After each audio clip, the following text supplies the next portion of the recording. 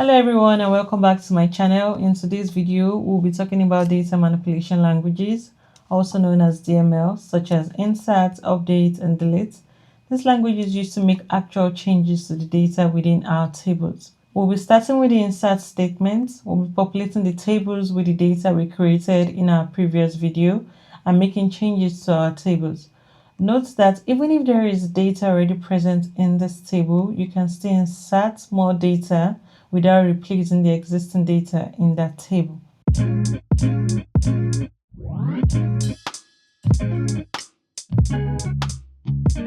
The insert statement allows us to input values into the table.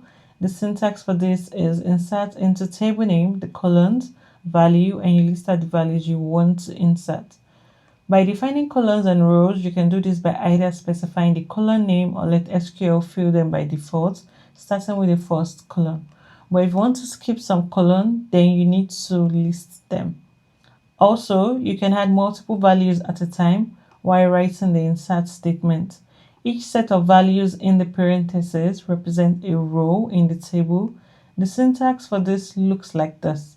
Insert into table name, the column, values. You list out the values for the first row and you list out the values for the next row. Also note that the number of columns listed must match the number of values listed. You cannot list 3 columns and 4 values. That would lead to an error. For a quick exercise, now let's go to the query tool and insert values into our new patient table. Before we populate our new patient table, we can click on new patient and click on columns. Here we have 11 columns and we can see the name of our columns and their data types. This will guide us in inputting the right values for each column in order to avoid error. Now let's insert value into our new patient table. We're going to start by saying insert into the table name. Here is new patient. So we say new patient, open the parentheses and list out the columns. We have ID, name, age, amount, sex, date, telephone, payment methods, zip code, insurance, and BMI. Next, we had values. And to make this easier and quicker and save time, I added a link in the description below, which is a link to the text file in my Google Drive. All you need to do is click on the link, download the text file, and copy out the values. So all you need to do is copy and paste in your query tool, and we can easily run this. I will be doing that also. Once you've copied it, we have 1 to 16 as our ID. This is the name of the patient, the age, amounts they paid. M stands for male and F for female. This is date, telephone number, the payment method. We have credit, we have cash, debit, and we also have the zip code and insurance, if they have insurance, yes or no, and what their BMI is for each patient. So all you need to do is click on run and you've gotten a message here that says you've successfully run your query tool. So we've been successful in populating the new patients table with our values. Also, you can see after running the code that we have the number 16 here. This is telling us the number of rows that were affected when we populated our table. Before we insert values into our patient logs, we want to come here, click on patient logs and click on column to see the number of columns we have here. We have 7 columns. These are the names of the columns and this is their data type. By doing this, you're avoiding errors when you insert your values. Now let's populate our patient logs table by inserting values into it. You notice in the text file, the same text file, there are values for patient logs. Well, let's head over to our query tool and write insert into the table name. Here is called patient logs. And we're going to list out the column. We have result ID, send doctor, next appointment, blood work, payment status, pending test, appointment status, and add values. And to make it easy and save time, just go to the text file and copy and paste the values. Once you've copied and pasted, we have also 1 to 16 for result ID. Have they seen the doctor, yes or no? This is the next appointment date, blood work, completed, if it's pending, not done. Payment status, want to know if they've paid, if they are owing, and pending test, what test they have pending, and the appointment status, if it's confirmed, if it's pending, if it's cancelled. And you run this, you get a message saying your query returned successfully, and it's also showing the number 16 here. That's the number of rows that has been affected. To check the content of our tables, we need to query using the select statement. So we say select star from new patients, and we run this.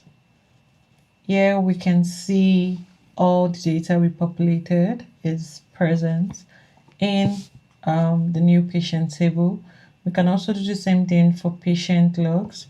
Select star from patient logs, and when you run this, you can see that the data we populated is inside. And I'll be teaching the select statement in more details in the next video. One thing to note is that data inserted must match the columns and the data types. Otherwise, we could get an error or mismatch the values into the wrong columns, and we don't want this. Also, you don't always have to list the column name when inserting all the values in the column. But if you want to insert into particular columns and exclude the others, you can do this by inserting only the columns you want to insert value into, while the one you did not list will be populated as null. Now let us move to the next phase. Let's say we already have an existing table and we want to copy from that table into a new table. We can use the select statement to get the result from the existing table and then insert them into a new table. For example, let us copy from the new patient table into a table called demographics. But first, we'd have to create the demographics table and insert values for the new patient. But the syntax here is insert into the new table name. You list out the columns and you select the column from the existing table. So let's write this insert statement and run the query code in our query tool. So let's insert values from an existing table to a new table. First, we create a new table called demographics. We say create table demographics. You list out the names of the columns and the data type. Let's run this code. We've successfully created a table. We can refresh and we have the demographics here, but there are no values in this table because it's an empty table. To populate this, we write the query to select from an existing table. We select the columns we want and insert it into this new table. Let's go ahead and do this. Okay, now let's say insert into our new table, which is demographics. And in brackets, we're going to specify the name, the columns we want. We want ID, age, and zip code.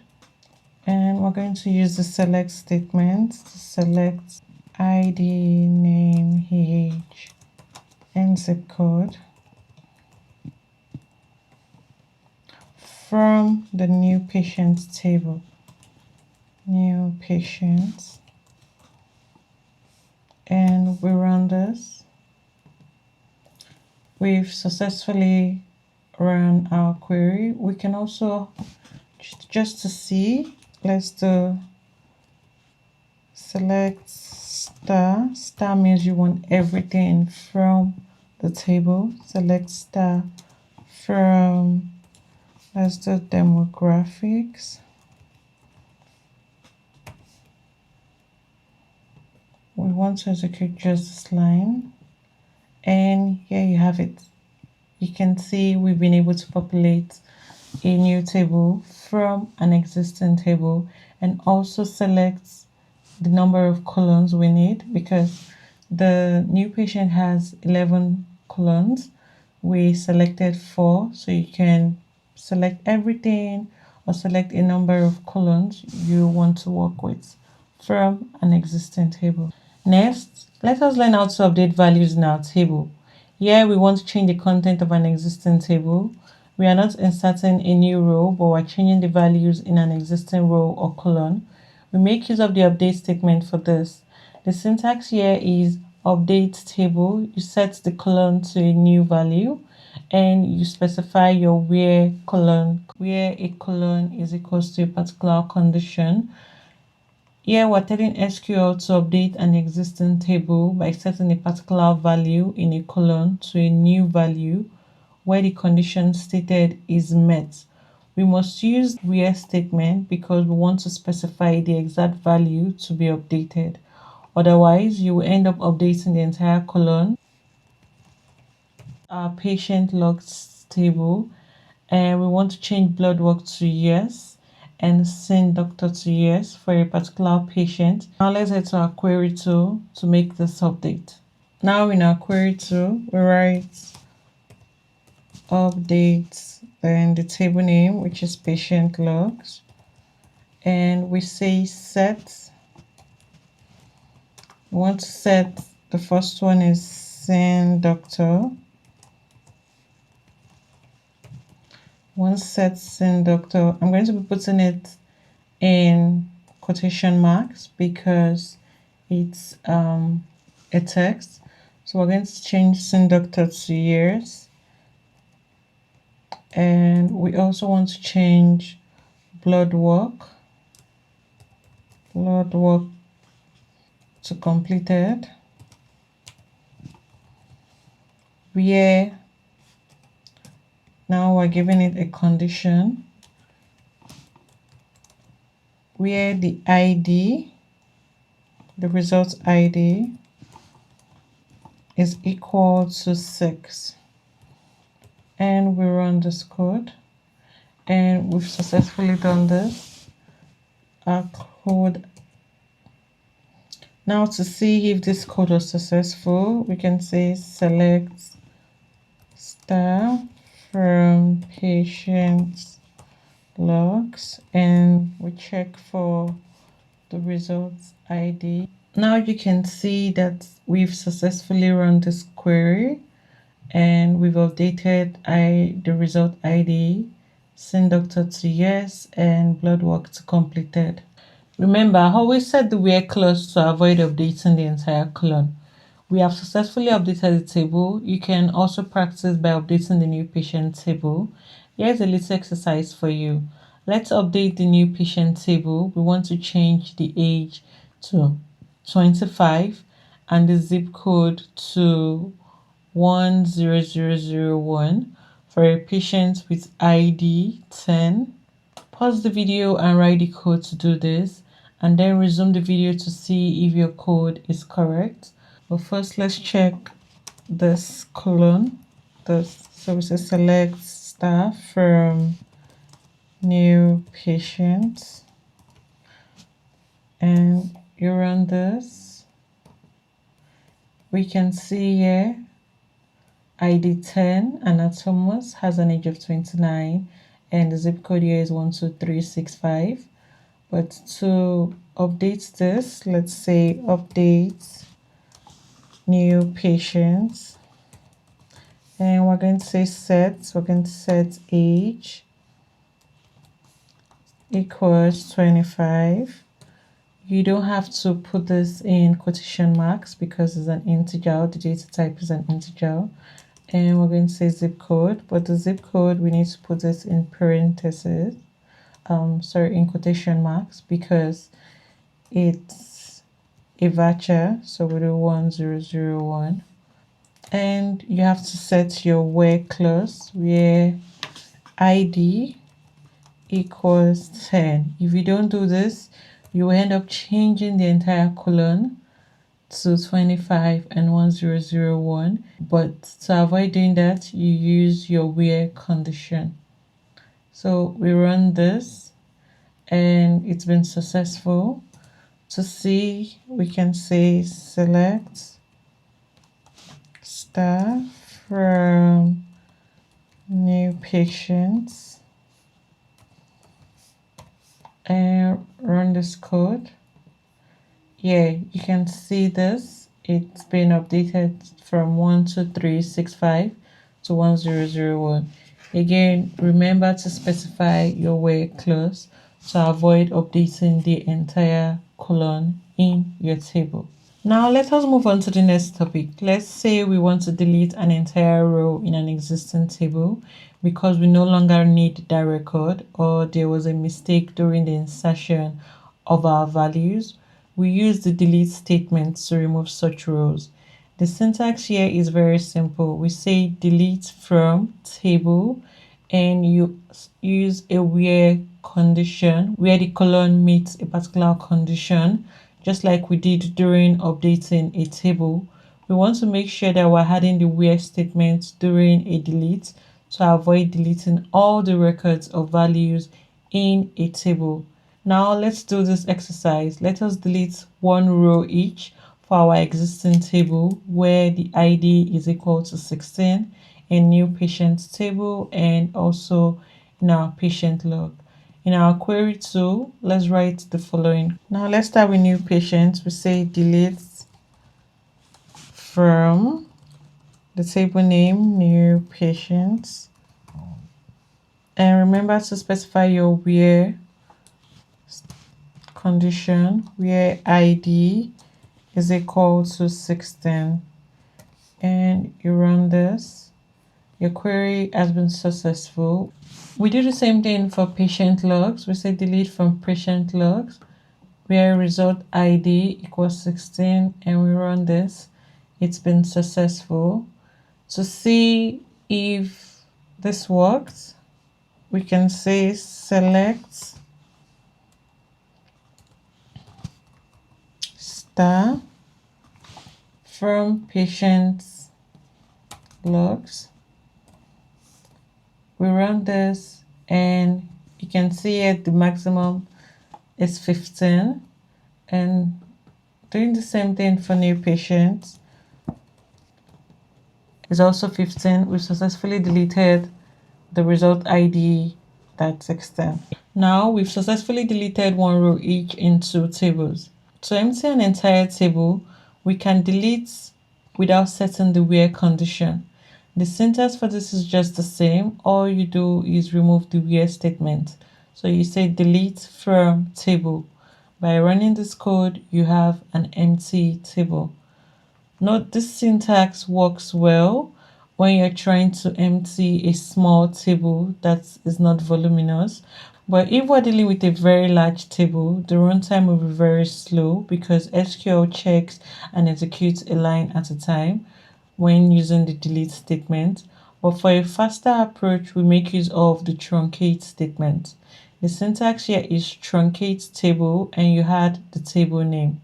But because we're still using this existing table in our other tutorial videos coming up, I would not be deleting or truncating my tables.